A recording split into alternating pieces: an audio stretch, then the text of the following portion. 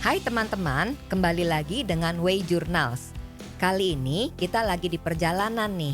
Karena perjalanannya lumayan panjang, kita isi waktu dengan ngobrol-ngobrol santai yang tetap bermanfaat.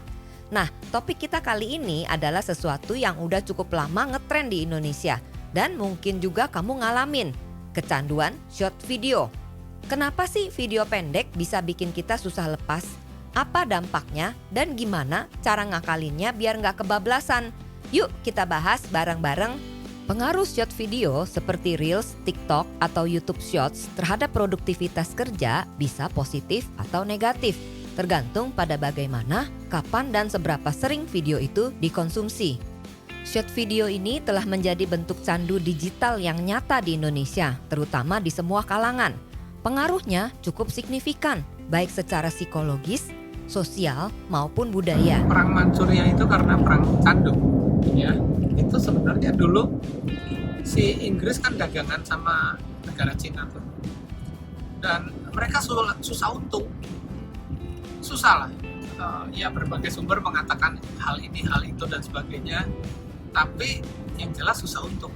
Jadi mereka pikir terus bagaimana ya biar bisa untung. Biar bagaimana biar untung, yaitu dengan kebenaran mereka punya produksi candu di daerah selatannya, salah satunya India, itu gede.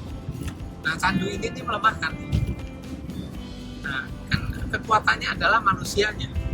Jadi kemarin ada yang ngepost siapa tuh, bahwa aset seorang kaya itu bukan di kekayaannya, bukan di emasnya, bukan di sahamnya, bukan di propertinya, tapi sebenarnya kekayaannya adalah kekuatan dia menguasai orang lemah. Ya kan, orang lemah itu kerja buat dia soalnya. Sama. Jadi dicandu lah. Bisa lihat, cari aja sendirilah di Google ya, kerusakan candu di Cina. Oh parahnya setengah mati. Nah sekarang candu itu sebenarnya apa sih impactnya? Candu itu impactnya orang nggak bisa mikir, itu yang paling berat. Orang nggak bisa mikir dan nggak bisa kerja. Nah hari ini nih, apa sih yang bikin orang nggak bisa mikir, orang nggak bisa kerja? Itu short video. Lihatlah semua dan rasain sendiri. Dari risetnya juga ada orang yang sering nonton short video gitu ya. Habis nonton short video, terus suruh nganalisis yang panjang-panjang, lelah. Yang ngetesnya gampang banget lah. Nonton video yang panjang, yang ilmu pengetahuan yang bener, lelah. Sampai nggak bisa menganalisa ini yang lagi ditonton nih, video panjang nih, sebenarnya pengetahuan apa hoax? Karena video panjang ini yang hoax juga banyak, yang pengetahuan tapi yang ngomongnya ilmunya itu sebenarnya baru tahu sedikit, sudah ngomong seru banget juga banyak. Jadi kan ada orang ngomong ya, aku lupa bukunya apa, dia bilang gini, paling bahaya adalah ketika seseorang baru belajar sedikit nih, kemudian dia bercerita. Itu ibarat sebuah video panjang terus di-cut. Kita nonton video di-cutnya itu bisa berarti lain, benar nggak? Sama video yang panjangnya itu loh.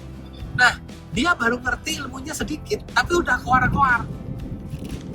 Banyak banget, ada dokter yang ngomong, ya lupa ada namanya siapa, panas matahari itu bagus untuk kesehatan pada pagi hari. Pagi hari itu kesimpulannya di bawah jam 9 ya. Coba deh lihat risetnya. Sebenarnya impact paling gedenya di jam berapa, bukan jam segitu. Artinya dia dokter loh, tapi literasinya kurang dan berani ngomong. Lah, kalau begitu dia masuk ke dalam podcast yang bawahnya keren gitu, yang lagi ngehit, orang pada percaya nggak? Percaya, dan sebuah percayaan yang salah. Nah ini short video nih, balik lagi. Gara-gara short video, itu mau belajar susah banget. Boro-boro mau kerja nih, mau belajar aja susah. Kerja ini kita butuh banyak analisa, mau dari pebisnis maupun karyawan. Si karyawan tuh dia harus analisa, kalau gua begini nih, bos gua suka nggak ya? Kalau gua begini nih, gua menaikkan nilai value gua di hadapan perusahaan apa enggak ya? Orang bisa naik gaji, orang bisa naik cepat, itu kan karena kinerja dia bermanfaat buat perusahaan dan dia disukai bosnya. Ada kok di mancanegara, nggak usah di Indonesia aja, yang kerjanya bagus tapi nggak bisa naik karena disebelin bosnya. Ada kok. Kita kan kerja ini kan berhubungan gitu loh, manusiawi lah. Nggak cuman kita kok, orang bule, orang Cina, orang Arab, semua juga ada rasa suka nggak suka. Berarti itu juga harus dianalisis kan. Ya pokoknya banyak hal yang harusnya dia bisa lakukan gara-gara short video daya analisisnya kurang. Apalagi nih kalau misalnya short video itu yang paling impact paling gede, udah ke situ ada tambahannya FOMO. Ih, orang lain kok itu enak ya, orang ini enak ya. Udah deh, ngayal ke sana ke sini. Benar nggak kejadiannya begitu? Ngayal ke sana ke sini. Tapi kok sendirinya kagak bisa ya. Wah, banyak tuh. Makanya ada orang bilang depresi lah, apa sih namanya, mau perlu healing. Ya karena begitu. Karena kebanyakan nonton short video. Iya, jadi tidak bisa menganalisa apa yang sesungguhnya terjadi karena otaknya terlatih untuk pendek banget, nggak bisa mikir panjang. Aku selalu cerita orang main catur tuh. Main catur itu kalau yang kelas top itu sampai 5 langkah di depan dia bisa mikir. Lah, 2 langkah aja kagak bisa mikir, apalagi 5 langkah. Dalam kehidupan kan sama. Kalau gue lakukan ini, impactnya apa? Kalau impactnya itu, gue harus bagaimana? Kalau impactnya yang lain, gue harus bagaimana lagi? Itu kan harus disimulasiin. Lah itu mikirnya kan jadi panjang. Lah kalau otaknya mikir pendek, ya kita sih sedih banget gitu loh. Sampai orang bilang IQ 78. Aku kira 78 itu bukan literally tes IQ ya. Mungkin ya ada kebenaran tes terus itu dipakai jadi nge-hit dan viral dan segala macam. But actually kalau kita ngobrol, memang orang itu mungkin IQ-nya normal aja 110, tapi perilakunya beneran kayak IQ 78. Pikirannya pendek dan segala macam. Terus kalau orang kebanyakan nonton short video kan banyak tuh di Instagram, di TikTok, Stop. di YouTube Short. Stop. Lebih baik tidak terhibur. Paksa diri untuk nonton yang panjang-panjang. Gak ada obat yang lain sementara ini. Mungkin orang-orang bisa temu jawaban yang lain. Ada baiknya juga share di video biar kita bangsa Indonesia tertolong lah. Ini kayak candu. Bedanya di Manchuria, di Cina sana dulu candunya dalam bentuk diisep-isep. Ini di dalam bentuk ditonton-tonton. Kinerjanya turun habis. Coba bayangin aja lah ya, salah satu karyawan ya yang kerjanya bagus banget. Terus dia sering nonton short video. Tambah lama tambah seneng. Karena short video itu nyandu ya. Makanya kayak candu.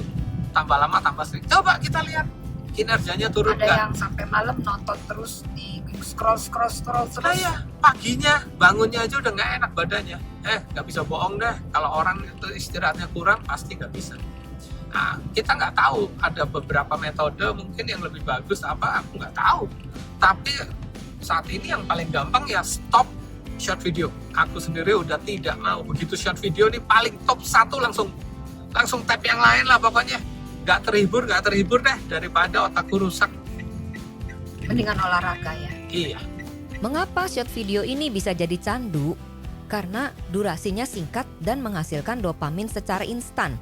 Video berdurasi 15-60 detik memberi hiburan cepat dan kepuasan instan, memicu pelepasan dopamin, zat kimia otak yang bikin kita merasa senang.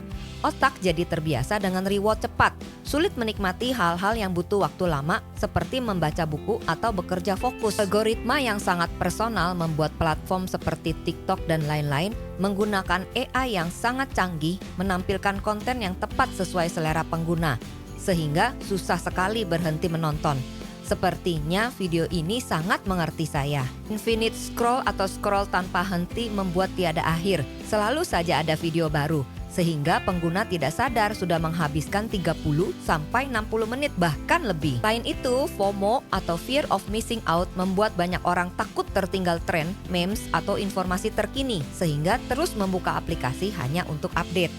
Kajian ini sangat menarik meskipun konteksnya berbeda secara historis dan politis, ada kemiripan pola dampak antara perang candu di Manchuria atau Tiongkok secara umum dengan candu digital short video di Indonesia saat ini. Keduanya mempunyai kemiripan yaitu penurunan produktivitas, degradasi moral, fokus menurun, mental health terganggu.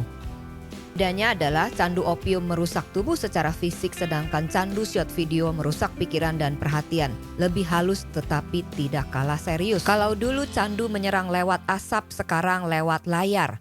Sama-sama membuat masyarakat pasif, terdistraksi dan kehilangan kendali terhadap waktu dan tujuan hidup. Mengatasi kecanduan short video yang mengganggu produktivitas membutuhkan pendekatan kesadaran diri, pengendalian lingkungan digital dan pergantian kebiasaan. Nah, itu tadi obrolan kita soal candu short video. Ini aku tampilin datanya ya, biar makin kebayang seberapa serius dampaknya. Silahkan teman-teman simak, semoga bermanfaat. Scroll itu kayak ngemil, tahu-tahu habis satu toples. Hidup juga ikut ke skip deh. Ingat, video 30 detik gak boleh ngalahin tujuan hidup kamu yang udah kamu rancang dari beberapa puluh tahun yang lalu. Terima kasih sudah menyimak dan menonton sampai habis.